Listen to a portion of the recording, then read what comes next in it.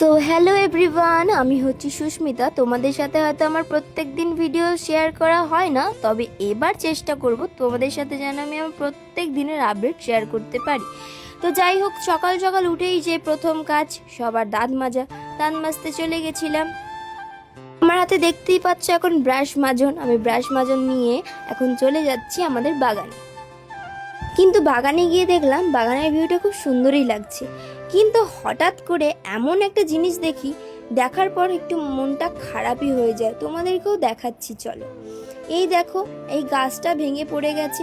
কিচ্ছু করার নেই, গাছটা কাল রাত্রিবেলা ঝড় হওয়ার কারণে, প্রচুর ঝড় হয়েছিল কাল রাতে, তাই ঝড়ের কারণে পড়ে গেছে। দেখে খারাপই লাগলো। যাই হোক, একজনকে চিন্তা করে তো লাভ নেই, আরও তো সব গাছপালা আছে, তাদেরকেও একটু দেখতে যাই। এখন দেখলাম লেবু গাছে লেবু হয়েছে, এরপর দেখছি কাঁঠাল গাছেও বেশ বড় বড় কাঁঠাল হয়েছে, তোমরা দেখো।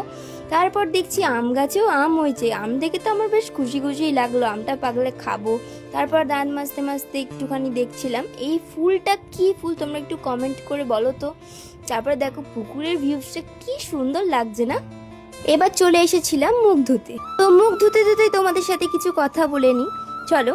তো আমি প্রত্যেক দিন তোমাদের সাথে ভিডিও বানাতে পারি না, কারণ আমার প্রচণ্ড শরীর খারাপ। তো কি শরীর খারাপ তোমাদেরকে আমি প্রত্যেক দিন ভিডিওর আপডেটেই বলে দেবো আমার কি শরীর খারাপ।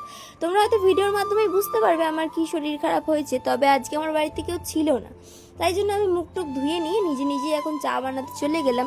তো কিছু করার নেই, চাটা তো নিজে নিজে বানিয়ে খেতে হবে। তো আমি চাটা বানিয়ে তো খেয়েই নেবো।